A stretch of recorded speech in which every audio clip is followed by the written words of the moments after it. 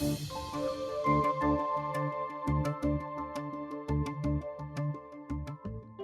it's 10 years ago that we started the first BizNews portfolio, and it's done very well. We've managed to ride a wave of, first of all, the growth in the big tech stocks and then artificial intelligence.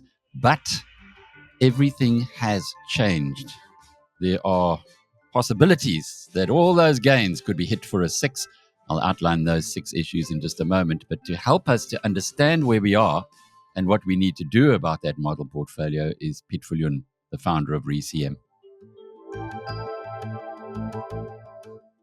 Piet, lovely to have you, and thank you for giving us this in-depth look at the way the experts are looking at the markets. We like to play on the side. We have our model portfolio. I think you told us to put 2% into Bitcoin. We've got a 10-bagger there. MicroStrategy's gone 10 times in like a year and a half. Now, even the most optimistic investor has to realize that you cannot expect that something that goes from $46 to, over $400 at the moment. Yeah, $400 at the moment. Or NVIDIA, Palantir. We've had a fantastic run, but that's been on themes that might have now run their course. And indeed, let me just give you the 6 reasons that I'm really nervous and why we would like you to just unpack maybe whether we're exaggerating here or perhaps if it is really time to make a radical change to those model portfolios. Number 1, Donald Trump and who he's appointing in his new cabinet and major areas in America, because it's the biggest economy in the world. It's important. Number 2, Elon Musk. He's fantastic, but he's incredibly volatile and doesn't always get things right. Number 3, Bitcoin. Got to be telling us something, the way that Bitcoin is surging up to almost $100,000 a coin. Number 4, potential for World War III. We've had the big flag waved now by Clem Sunter this week. He says, given what Biden did and the reaction from Putin, and last night we had the Ukrainians sending those missiles into Russia, far behind the front line. World War III, about a 20% chance, Clem says, and he's been waving that flag for a while. Number 5, Warren Buffett. He has sold more shares. Selling shares at an unprecedented level. He's got a massive cash pile. He wouldn't be doing that if he saw lots of value in this market. And number 6, in South Africa, we have the Government of National Unity, which some people say will last, others say is fragile. Wow. You get hit. If all of those things go wrong, whatever we've built in the last 10 years, our community will just evaporate. So I'm now asking you to help us to just understand the way you see the world right now, especially in the light of those 6 issues, or perhaps there are others that are influencing your approach. Look, let me start off by saying that these sort of things, these 6 items that you mentioned, Trump, Musk, Bitcoin, Buffett, GNU, World War III, these things are all fun things to talk about and to speculate as to how they will influence markets. And what will happen if Trump does this or doesn't do that, or Musk gets involved. They're fun to talk about and speculate around, but I don't think you can build a portfolio based on your view on these things, because your view may or may not be correct. Who knows what Trump will do? Trump himself probably doesn't even know what he's going to do. American presidents aren't the be-all and end-all of what happens in America. There are large constitutional bodies around them which dictate policy. The president can probably tilt it in a direction, but he can't, things aren't going to change radically overnight. The language might, but what actually with the rubber hitting the ground, that those changes take a long time and are slow. So fun to talk about, but I don't think you can build your portfolio based on your view on these things. What you can do in terms of building portfolio is to make sure that you have a core of fantastic businesses that you will hold for the long term, however you define those. I have a certain set of criteria which I look at, but we can talk about that a bit later. A core of fantastic business which you'll hold for the long term, and for the long term, I mean the really long term. And you don't react to the ebb and flow of the market with that core of your portfolio. Because if you think back over the past 100 years, we've gone through 2 world wars, a Cold War, pandemics, all sorts of things, assassinations. In South Africa, we had we had apartheid, we had that going away, we had the new inclusive government coming in. All these things at the time seemed like massive events, but if you owned a good business throughout that whole period, it would have done fine. So I think that's the first thing that one has to realize, is that these things we like talking about, and I include under that banner things like interest rates and the GDP and all those sort of things, and politics. These things we all love talking about, and everybody has a view on them, but they actually do not matter that much when you think about it. As long as you own a good business. I mean, look at, for instance, ShopRite over the past 20 years, in a very volatile time in South Africa's history, and a time when the economy didn't grow, the politicians were stealing, and so on and so forth. The business just carried on and grew, and served more customers and delighted more customers and made more money for shareholders every year. And that's what you want in the core of your portfolio, as long as those assets are reasonably valued. Now, reasonable is a very wide, broad range. I don't think everything you own has to have a 2 PE. Some of the stuff you own, if it's a good business and goes up to a 20 or 25 PE, like in the Merchant West Investments Value Fund, we happen to own Capitec. We think it's on the expensive side of fair value, but it's not crazy. It's not mad. So we continue to own it. So that range in which you just hold a stock is a very wide range of valuation, in my opinion. Those good companies. And then you can tilt your portfolio. Once you've got that core established, you can then tilt your portfolio according to valuation, where you see big disconnects happening. And I think the biggest disconnect in global markets that's developed over the past 15 years it's almost 20 years now, since the global financial crisis, is super low interest rates in the West and a massive buildup of debt as a result of that, and a misallocation of capital as a result of that.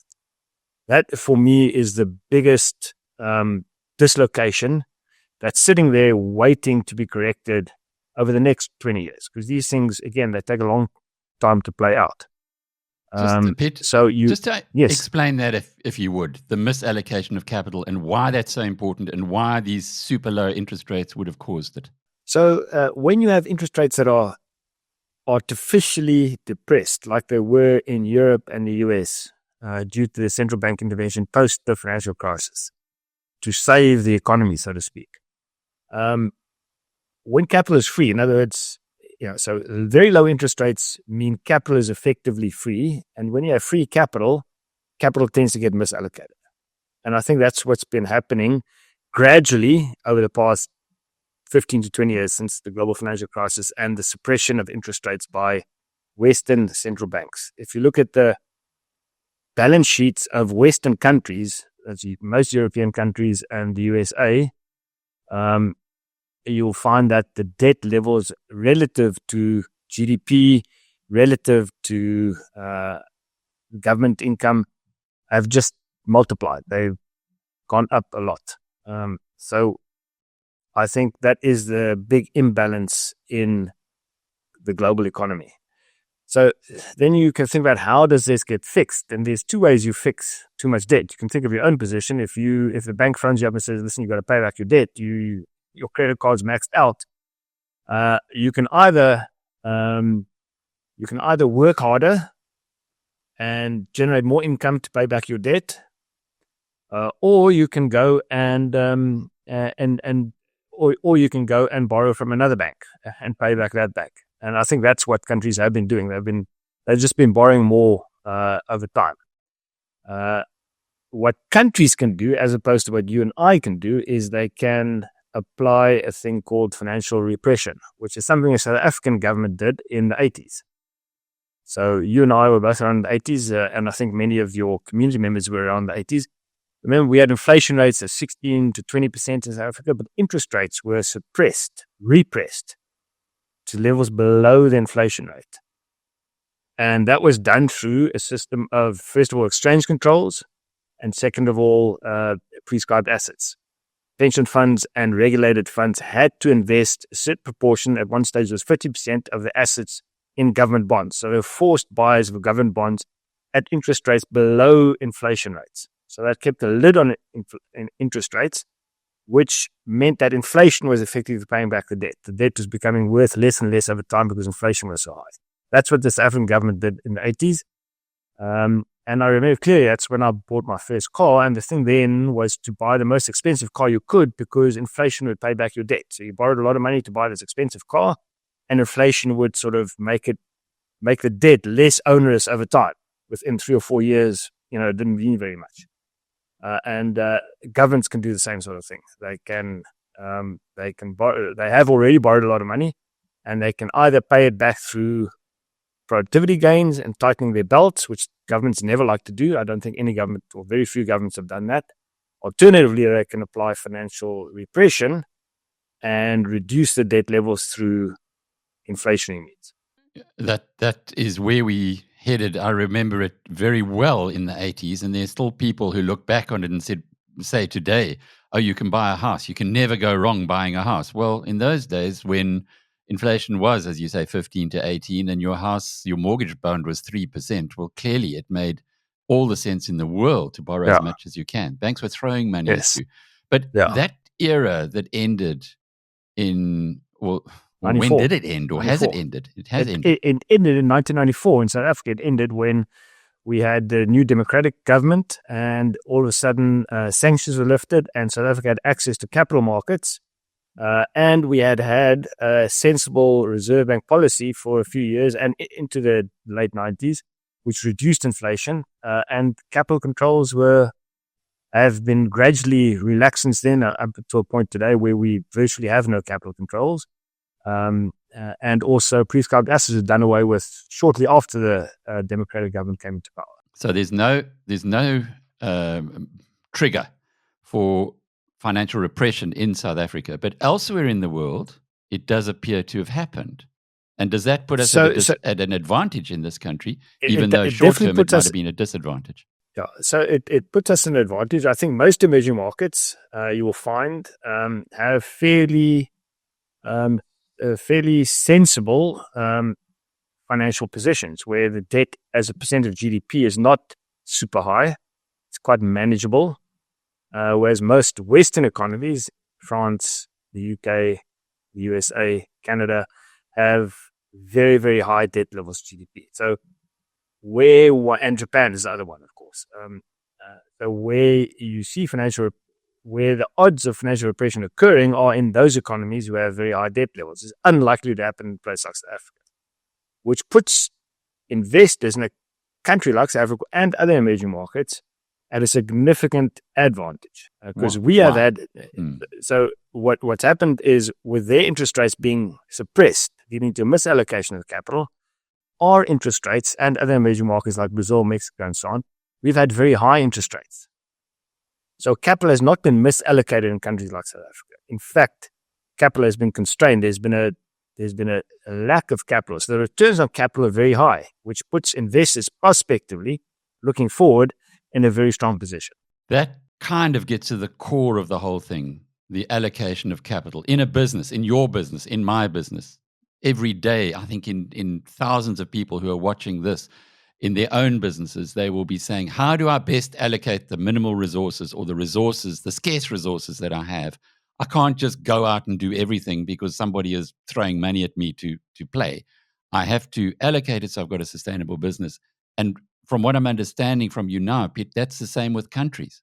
Yeah, same with countries. So in South Africa, if you're a business person in South Africa running a company, things have been tight for a long time. I mean, capital has been very expensive.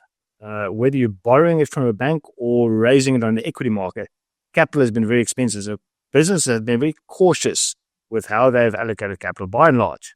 I'm generalizing it, of course, but by and large, businesses have been cautious how they allocated capital, and the returns that they generate on the capital are high, generally speaking. Whereas the converse is true in places like America.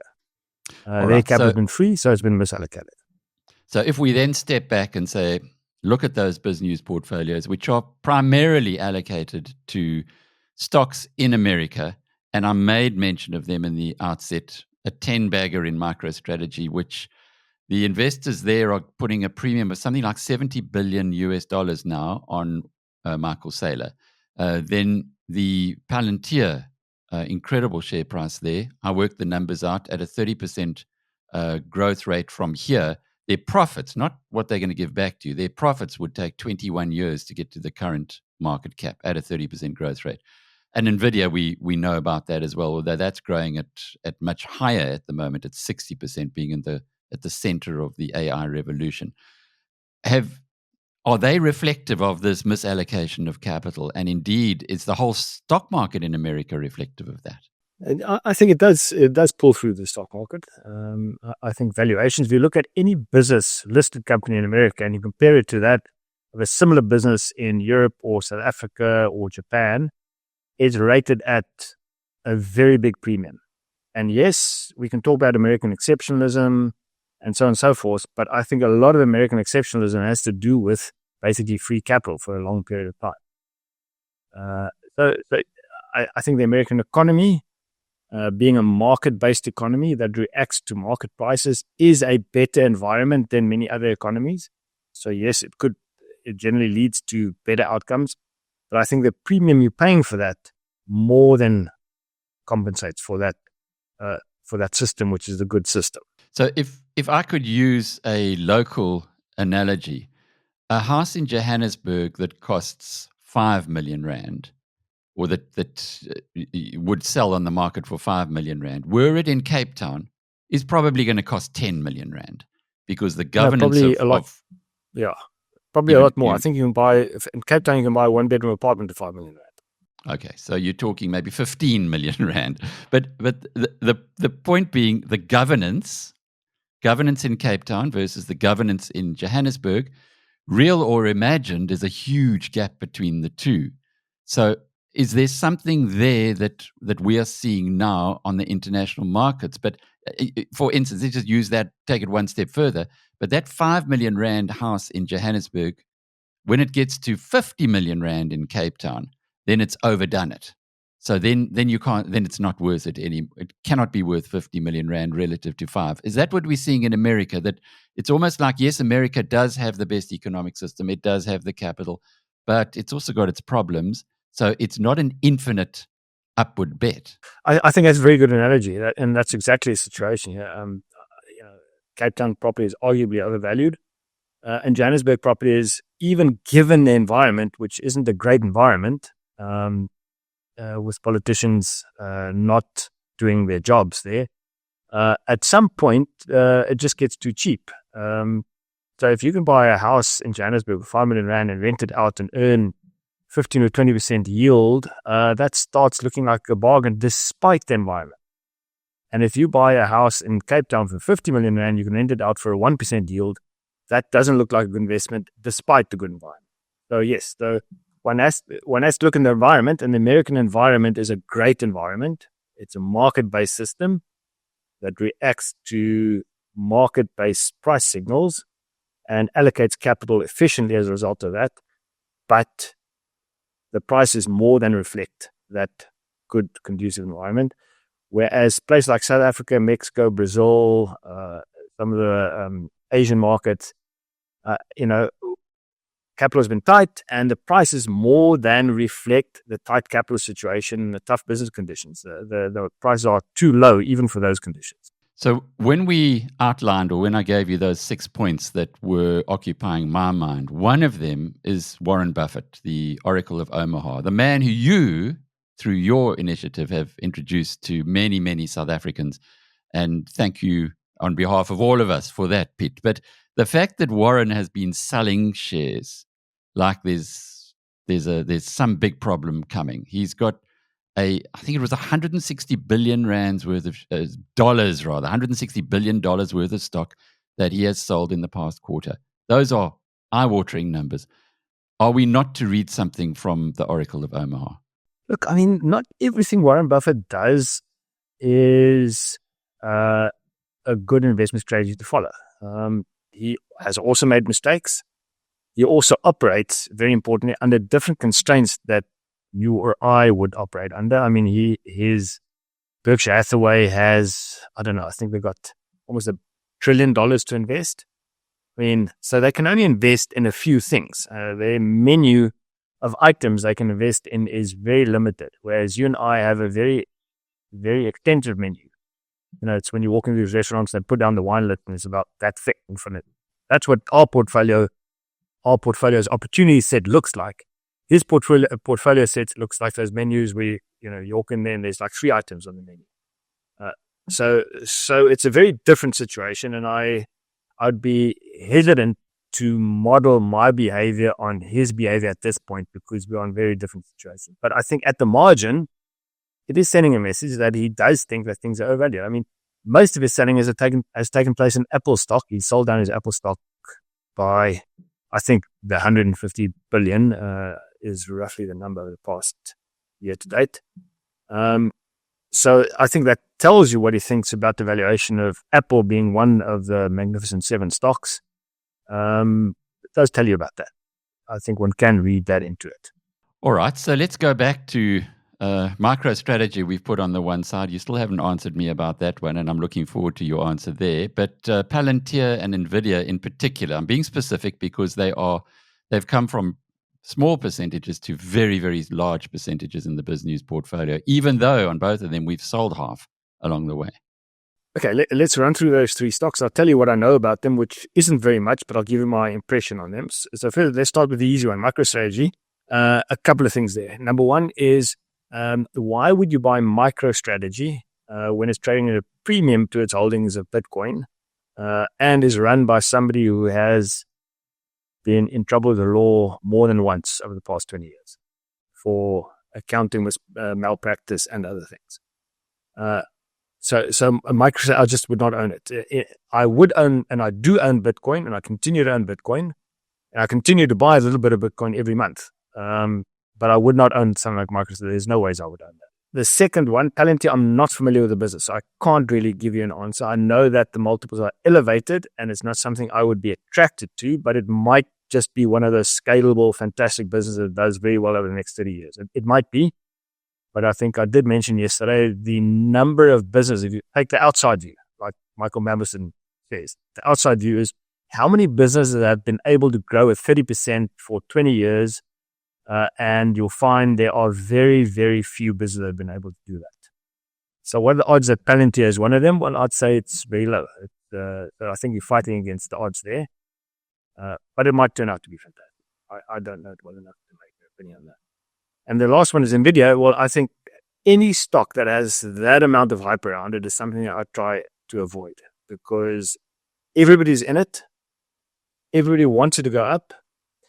And, you know, that saying, hell has no fury like a woman scorned. If something goes wrong there somewhere, then there's no price that's almost too low because disappointed people sell on emotion, just like optimistic people or happy people that are in the crowd that are reacting to the crowd also buy on emotion. I think so with NVIDIA, you know, when they have like earnings release parties for a stock, it's just, you know, for me, that's just the sign of unbridled optimism. And it's something I'd just naturally be averse to and stay away from.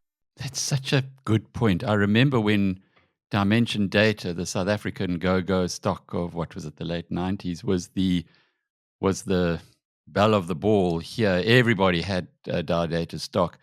I attended a number of results parties. They would hire a huge, big marquee and have a fantastic dinner. Everybody who was anyone in Joburg would be there. It was a celebration. And I recall at the last one I attended asking one of the board members, but surely this can't continue indefinitely, 30% growth a year. And I was shot down, not just by him, but everybody else around the table, just for mentioning that. So there's a good memory to remember. You've been following these things more intimately for a long, long time, Piet. Does it remind you right now, and if we start in America, because it's very different to where South Africa's markets are, to anything that you've seen in the past? You know, there's always a hype stock somewhere. and Nvidia happens to be the current hype stock.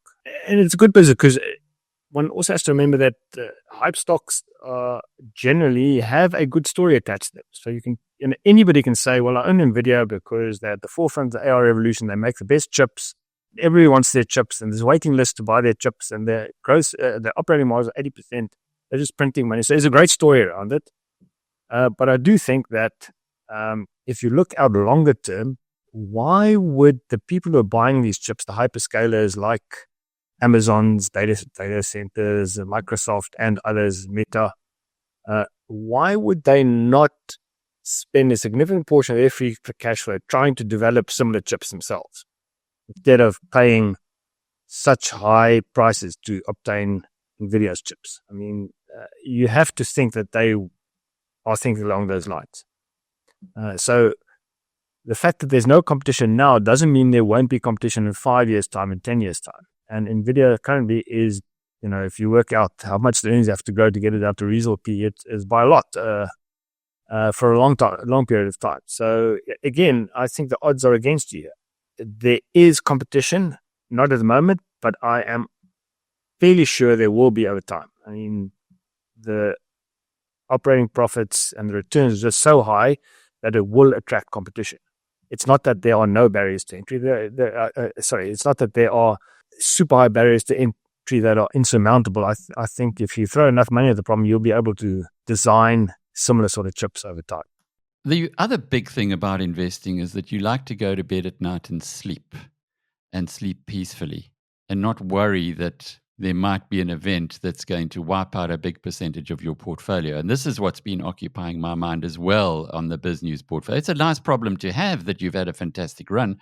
But when you think of it that way, how important is that, given that a reverse in these super high priced stocks could prick a bubble? And you've seen Amazon go down, as I have, 99%.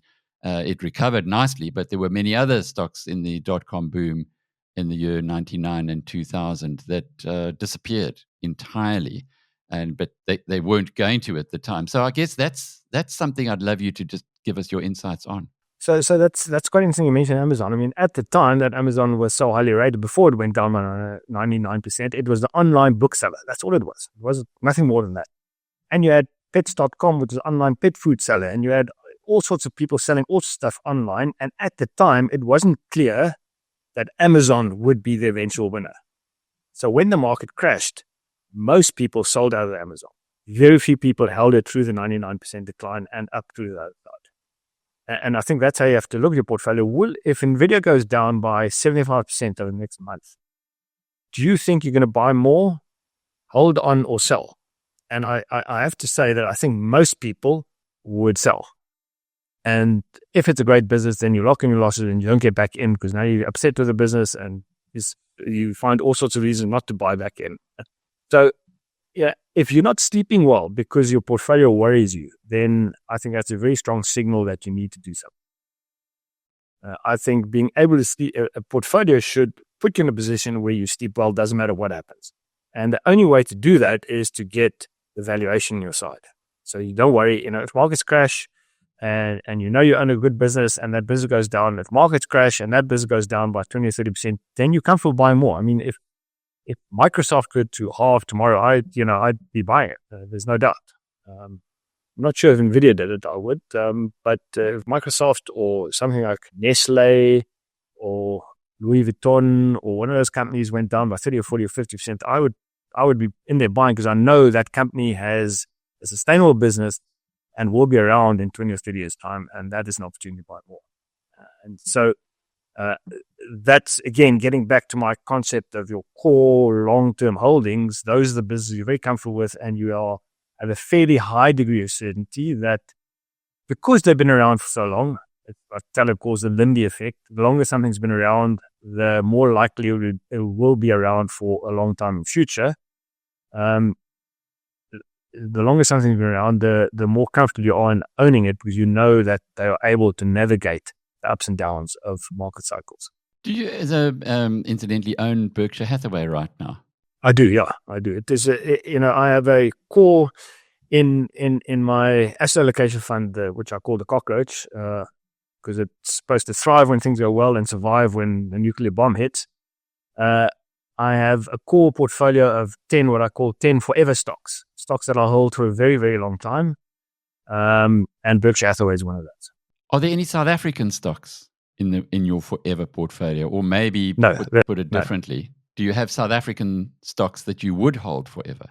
So in the equity allocation, the bulk of the equity allocation of that fund is made up of these core stocks. I have tilted the equity allocation towards emerging markets and South Africa. So a little bit of those stocks, but they're not part of the core holding of stocks that I will hold through thick and thin. But let's talk South Africa. Let's talk about this country, which in a previous conversation, you said it could be approaching a Lollapalooza effect, i.e. where everything comes together at the right time and it surges or price asset values surge as a consequence. We don't need to go into the background on that, but what I would like to go through is the South Africa Inc. portfolio, and to get your view on what you felt about those stocks in that portfolio. Some of them have been borrowed from you. Sabvest, I guess, is one to start off with. If you could give me the insight into why Sabvest is such a big holding for you, and why it is something that you would continue to hold almost forever. Yeah, so Sabvest is a business investment holding company run by one of the best capital allocators in the country, and I'm not saying that to be complimentary or anything. The track record shows that he is a great capital allocator. The net asset value per share has grown by over 20% per annum for 20 years. I mean, that is a singular achievement. Not very many investors get that right, and he's been able to get that right. So this is an investment holding company run by a superior capital allocator, and it's available at about a 30 to 40% discount to net asset value. So you can buy. What you're doing is you're buying a basket of good businesses run by a good capital allocator who knows when to sell and to sell them and buy something else at a big discount to the intrinsic value. And for me, that is something I would just buy and put away and forget about it, because a good job will be done there and you can just hold on to it. And over time, it will, people always worry about the discount to NAV. Why should I buy it? If I buy it at 30% discount to NAV, I'll never see the intrinsic value. You don't need to see it. It never has to go up to NAV. If the NAV is growing at 20% per annum and the discount stays at 30% per annum, you're earning 20% per annum on your investment. So, I think that speaks for itself. It sounds to me a little bit like the early years of Berkshire Hathaway, given that it's been going for 60 years now.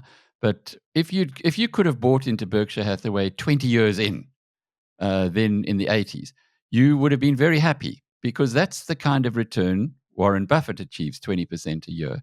And that is the best in the world. So here we have a local guy who's doing it, Christopher Seabrook, but it hasn't been discovered yet, almost, as Buffett wasn't discovered in the early 80s. Oh, I mean, you have an added complication here is that in South Africa, and that is, and this is we're talking about Sabvest specifically, but I think what's happened in South Africa generally is that two things. Number one is most investors have taken as much of their money offshore as they can, which means funds that invest locally have seen withdrawals and they have become forced sellers of local assets, and there are no buyers of local assets. So there's no buyers and there are forced sellers because of withdrawal. So due to these technical factors, you get massive pressure on share price over an extended period of time, and they trade at levels which are very well below any sort of sensible intrinsic value as a result of this technical. It's nothing to do with the business. It's nothing to do with the, how things are going in the economy. It's a technical factor of forced selling with no buying, a lack of buying. So that's one thing that's happening. And the other thing that's happening is that in the unit trust and fund management industry, all sorts of risk managers, discretionary fund managers and others have popped up, and they have effectively corralled all the capital into the hands of 3 or 4 large fund managers. 91 Allen Gray Coronation, because that's safe. If everybody's wrong together, then that's fine, because that's not the problem. So these fund managers become very big in the industry, and they just buy the top 20 or 30 stocks in the market. They are too big to buy stocks like Sadvest or anything else below that. So that, again, there's no buying interest from the large fund managers for these sort of stocks.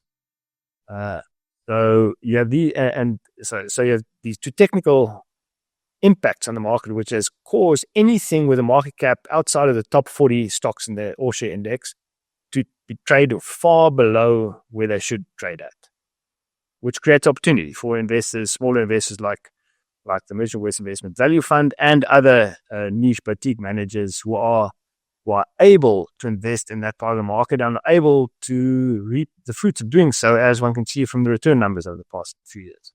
And presumably for retail investors as well, individual investors who do their homework, put it away. Just remember that you're buying it forever. You're not buying a stock to get scared or to panic the next time there's a down market.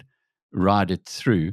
I wanted to ask you about We Buy Cars. I didn't see that in your portfolio now, and I know that this was the reason you were attracted in the first place to Transaction Capital, and then you did sell out of Transaction Capital before the disaster. We didn't, but anyway, We Buy Cars. You know the business well. Is it just overpriced, or is it one that you'd put in a forever kind of category? No, look, there are very few companies. Sorry, let me rephrase. I'd find it very hard to put any business that's domiciled in a jurisdiction like South Africa in a forever portfolio. Because of the political environment, the regulatory environment, it's an emerging market. It's not a stable place. Again, it has institutional risks associated with it outside of the control of the business. I'd rather have my forever stocks domiciled in jurisdictions like the US or Switzerland or Japan or that sort of place where the institutional environment is set, it doesn't fluctuate, and you know what the rules are, and they don't change from day to day. But that's when you're thinking truly long term. In South Africa, I think there's a generational opportunity. I'm talking a 5 to 15 year opportunity to buy cheap stocks and to hold them for quite a while. And to let the Lollapalooza effect, if it happens, unwind over time. And if it doesn't happen, getting back to We Buy Cars, I think it's a fantastic business. It's got great management. I missed it. I should have bought it with the benefit of hindsight. I didn't at the time. I thought the IPO was a bit hyped, and I thought I'd get a better opportunity, and I was mistaken. I didn't, and now it's run, and I don't own it. The Lollapalooza effect doesn't happen. You're still well positioned in those stocks because the companies are growing fast enough to give you an excellent return anyway. The Lollapalooza effect happens, you shoot the lights out. Is that exactly? That's a sort of setup one is always looking for investing. If things go wrong, you don't lose a lot, but if things go right, you make a lot of money. So it's like a cheap option that you're facing in South Africa right now. I mean, if you look at when this offshore onshore bet started 3 years ago. With one of the BizNews community members who put the money in the value fund, or in my choice of the value fund and Magnus' choice of offshore. That was 3 years ago, and things looked pretty dark 3 years ago. They didn't look very good at all. And they have not improved very much by now. I mean, there's a bit of confidence, but the economy hasn't really grown. I mean, you haven't really seen anything change on the ground, yet the share prices are starting to discount something changing. And you can see in the returns of the local funds, it's up almost 30% over that period in a time when, it's been a tough period. And the reason is that these companies are growing by between 8 and 12% a year. And that's what you're getting. So you're getting that growth from these businesses that are used to operating in a tough environment. The management teams know how to maneuver their way through a tough environment. And they are getting it right to serve more customers every year and make a little bit more money for the shareholders every year. And South African businesses are good in that way. They know how to survive a tough environment. And if the environment improves, these managers will shoot the lights out. And that's the upside. given that you are looking to buy stocks at a good price, at the best possible price, and so We Buy Cars, as you said, is now it's run too far for you. But if you could, I'm going to read you a list of 12 stocks. If you could tell me if there's anything here that you feel violently opposed to, you don't have to say, yes, I like, I don't like it because it's too expensive. Put that one side. Because I think from a retail investor's perspective, if you buy ShopRite today, you know that in 5 to 10 years' time, with all other things being equal, ShopRite is going to be higher than it is today because it might be expensive, but it's still going to be continuing to grow. So here's the list. Clicks, Pick n Pay. Pick n Pay is a strange one, but I think it's really with the boxer in mind there and the Sean Summers factor. ShopRite, Capitec, Lasaka, Lewis, I said I've borrowed from you, Sabvest, First Rand, Clientele Life. See how much I've borrowed from you there, Piet. Anglo-American,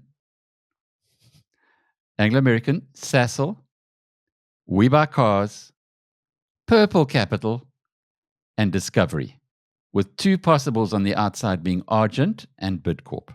Is there anything in that you would say, whoa, you are on the wrong path here, just watch out, or go and do some more homework? So there's I think it's a great list of stocks. There are 3 stocks I'd probably want to comment on if I could do that.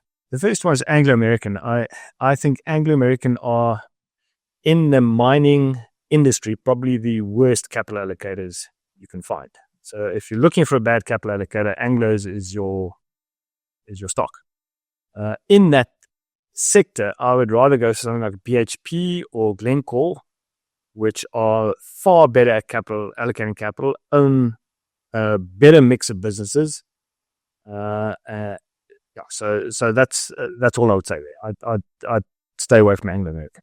So if you had Anglo-American in the portfolio because you believe that they would improve their capital allocation, you're taking a bit of a bet there, which is going against history. I get it. Yeah. Okay. Yeah, and their most recent moves just to reinforce that view. Trying to get rid of De Beers in a down diamond market and so on. So it's just all the wrong moves at all the wrong times. Anglo has a history of trying to satisfy the market's short-term requirements the whole time, and that leads to bad long-term outcomes. Very, very good point, because the sale, the spin-off of Thungela was a classic example of that. Shareholders lost so much money because of trying to satisfy the market. Thank you, Piet. Good reminder. And the second one I would highlight here is Sasol. I do think it's undervalued. We own it in the value fund. But I saw yesterday or the day before at the AGM that the chairman said they want to become a leader in the renewables business. Now, if that is going to be their strategy, I would run them all. So that's something to think about. As I said, we own it in the value fund, but that is a very, very worrying comment. If you own, Thank you. They've got this gas to liquids technology, which is a great technology. You can't make chemicals and plastics from renewable energy. You just can't. You can maybe drive some or